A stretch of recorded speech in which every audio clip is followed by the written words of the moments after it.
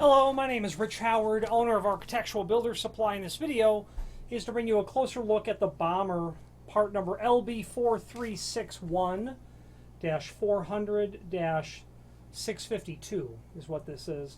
This is a Bommer spring hinge used in residential applications that are specifically referred to as castle gate manufactured doors and frames, and what that refers to is the confluence of the corners, of the leaf thickness, of the location of the holes, okay, the size.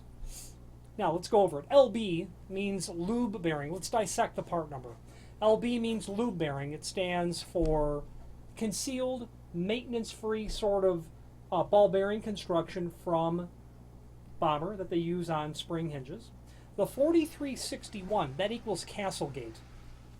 There is a link below this video to a document called template. That template will allow you to review all of the important dimensional properties of the hinge. Its height, its width, the screw locations, the fact that one side is square corner, the other side is 5/8 radius.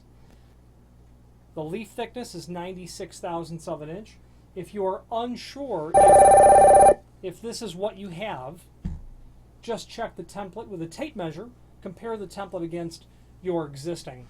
If you have need for a different spring hinge, let us know. We've got a tutorial about how to go about determining what hinge you actually might need. Now, the 400 in the part number, that means that it's a 4-inch tall, and the height is always the first dimension on hinges like this, and 4-inch wide hinge.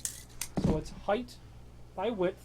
The 652, that means two things. It means that it's steel based, and it means that it is satin chrome plated. Okay, so a satin chrome finish over steel. Okay, so that's what the part number means. Now this is available as the LB 4361. That's going to be available in different finishes, and let's go over that right now. And those different finishes are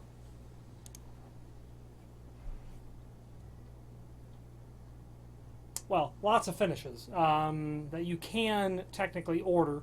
Bommer will certainly entertain very uncommon finishes, but the regular ones that you'll be able to easily get. 600 is prime coat, 601 is bright black japanned, 603 is zinc coated, zinc dichromate is 603.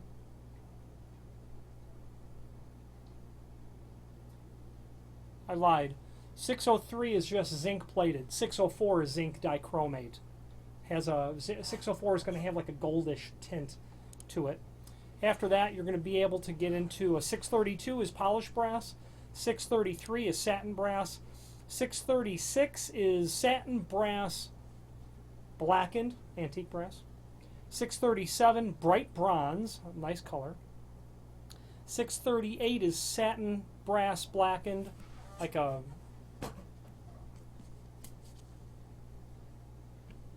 satin brass blackened with a satin relieved finish. Going back, the 636 is a satin brass bright finish. 639, that's going to be just typical satin bronze, like a 612 finish if it was solid brass. 640 is an oil rub bronze. 643 satin bronze blackened, satin relieved. 645 bright nickel. 646 satin nickel. 647 is a satin nickel blackened and satined. 648 satin nickel blackened relieved. Some of these finishes I've never seen on this hinge. 651 polished chrome, 652 satin chrome. So suffice it to say, Bommer will probably easily handle your prime coat, your satin brass, your polished brass, your satin chrome, your nickel, the common finishes. Now, assuming you've determined what is the right hinge, you're in good shape. You know that this is it. Now, let's move on. There is, with this, of course, screws that you're going to get. You're going to get all wood and all machine screws. Okay, this is a non-handed hinge, but it's also full mortise You can see from the swag on the hinge leaf there that they're meant to be flush when they're brought parallel, flush to the door and the frame. Okay. Setting the tension, very simple. This feature is called a tension collar. This side does not have it. In the example of this installation procedure, with the tension collar pointed towards the top, you can flip it over if you have to, but with the tension collar pointed to the top, you're going to employ the tension rod that will be included with a tension pin that will also be included. You need one tension pin per hinge, and you need one tension rod per order. So what you do is when the tension collar is pointed towards the top, insert the tension rod into one of the holes. There we go. Into one of the holes and simply rotate it clockwise. It's upside down, you're turning it counterclockwise. Into one of those new holes that you revealed, insert the tension pin. That's how you set tension. So get the door hung. The door is just free swinging. Close the door, set some tension, one or two holes, test. I like to install the spring hinges at the middle and bottom. Would go to the top last if you were doing 3 holes. There is a chart not only on the box that the hinge will come in, if it comes in a box. It always doesn't. You might buy 1 hinge and there's no box, order 3. Who knows, whatever the case is. There is a link below this video next to the template called Certifications and Hinge Selection Guide. That's the same printing that's on here. You got a 4x4 hinge. You're in that column where you're dealing with up to 85 pounds, 2 spring hinges, and 1 regular butt hinge. You can mix and match this with a hinge of a similar leaf thickness, so residential weight leaf thickness. If you've got a thicker hinge, it's not really compatible. So you can mix and match. If your door is up to 110 pounds, you're dealing with 3 spring hinges. I'm a fan of all spring hinges, even when the chart doesn't tell you to have 3. Here's why. A door needs to be controlled when it's being closed, and a spring doesn't really give you any control because all you're doing is setting, energy into that spring and then releasing it. What you're trying to do with a couple of spring hinges is find the sweet spot before it slams too hard and not getting closed at all. When you have more spring hinges rather than less, you have the potential for more stored energy.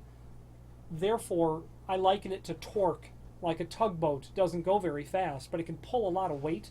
But when you've got extra stored energy, you can find that sweet spot a little more controllably between slamming and having enough torque at that crucial last few degree to get the door to latch closed. The guidelines are there from Bommer because they work, because that's what it is. I'm speaking of my experience. You'll have different conditions. Let's say that this is a 3-flat building. Conditions in a 3-flat building are different in the summer than they are in the winter. In the summer, the back window is open and the door is going to close. The air pressure is different. The landlord, whomever, might change the tension. In the summertime, you might need to kick it up because the static pressure is going to be different in the building. It's nice to have the option, is the bottom line when it comes to this.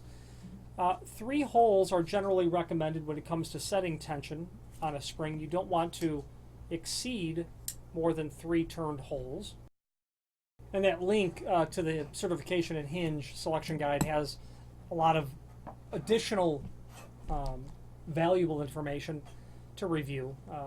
Not really to take time in the video to work through it. Then there's a link to the installation instructions, which are handy. They are also printed on the box. They're there for you to review prior to installation, during installation. To amend what I said earlier, 3 holes of tension. If you're going to go get the door past 90 degree, if you're going to go only up to 90 degree, 4 holes of tension would be permissible. If you hear creaking in the hinge, too much. Well, if you hear creaking in the hinge and you don't have too much, it is permissible to give a little bit of lubricant in here. There's a steel spring in here, and it will, over time, it's steel. It's like anything else. It'll rust. But that's not a problem. You're not going to hear it creaking because they do coat it I've had clients say, my hinge is 10 years old, I hear a little creaking, what can I do? That's the scenario. If you hear creaking and you don't have enough, regardless of when, you can get a little adhesive inside that seam. If the hinge didn't creak initially, but years later it did, and it's the top hinge, move that top hinge. If your hinge installation has spring hinges top and somewhere else, only two, let's say, move the top to somewhere else. Go middle and bottom. That top hinge, in my opinion, should be a ball bearing, non-spring hinge. All the weight, the majority of work that the hinges are doing, it's that top single hinge. So there you go. Now the name Bommer is synonymous with spring hinges. Not only residential hinges like this in a variety of different templated patterns, okay, but they're double acting 3029 series. If you've been in a restaurant, the door between the kitchen and the dining area, if it's double acting, it's probably a Bommer 3029. It's probably what it is. But not only spring hinges, of course, commercial hinges, regular full mortise butt hinges. They have a comprehensive offering of that material. There's a link below this video to the manufacturer's page where you can pull up the full line Bommer product catalog along with all of the products from Bommer that we sell. The last thing I'd like to point out to you is the Bommer logo. If you can see that, right above it, it says Made in USA. That's a fact that Bommer is quite proud of, as am I to represent them. If you have any questions on the Bommer, number LB4361-400-652 satin chrome single acting spring hinge for Castlegate type doors and frames, or any other Bommer product, please feel free to reach out to us. Thank you.